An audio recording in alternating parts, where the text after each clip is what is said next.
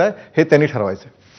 संदीप देशपांडे, हा मुद्दा कालपासून चर्चेत आलाय, जेव्हापासून हा एकदम स्पष्टीकरण उदय सामंतांनी दिलं की माशेलकर समितीचा अहवाल स्वीकारल्यामध्येच पहिली ते 12वी हिंदी होता, मग आता मनसेची भूमिका काय, जो प्रश्न विचारतात केशव उपाध्ये.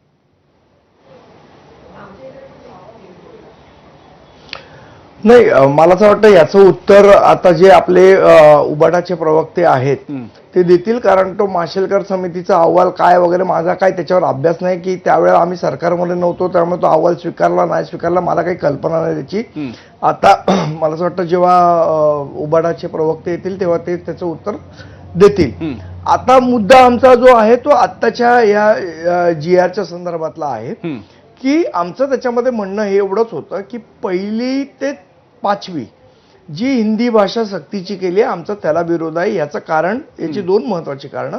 एक तर आमची अशी याच्यामध्ये धारणा आहे, आमचं म्हणणं याच्यामध्ये असं आहे की 1ली ते 5वी 2च भाषा मुलांनी शिकाव्यात, 3ऱ्या भाषेची सक्ती त्यांच्यावर लागू नये. नंबर 1. याचं महत्वाचं कारण असं आहे की ज्या क्रेडिट स्कोअरचा उल्लेख वारंवार सगळेजण करतायत, त्या क्रेडिट स्कोअरमध्ये जर आपण NEP मध्ये जर धोरण बघितलं तर त्याच्यामध्ये स्पष्टपणे म्हटलेलं आहे प्रसन्न, की नुसत्या भाषेमुळे तुम्हाला गुण मिळतात का, तसं नाहीये. त्याला ऑल्टरनेटिव्ह पण दिलेले आहेत. म्हणजे उदाहरणार्थ तुम्ही स्विमिंग शिकलात तरी तुमचे गुण, क्रेडिट गुण तिथे वाढणार आहेत. तुम्ही स्केटिंग केलीत तरी तुमचे क्रेडिट गुण वाढणार आहेत. तुम्ही सायकलिंग केलीत तरी तुमचे क्रेडिट गुण वाढणार आहेत.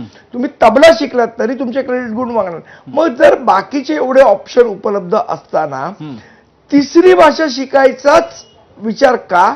आणि परवा जेव्हा सन्माननीय मंत्री महोदय दादा भुसे आले होते त्यावेळेला पण सन्माननीय राजसाहेबांनी हेच त्यांना सांगितलं की तुम्ही बाकीचं काही करा ना, स्विमिंग शिकायला लावा मुलांना, सायकलिंग करायला लावा, स्केटिंग करायला लावा, तबला शिकायला, आमचा पाठिंबा आहे ना त्याला.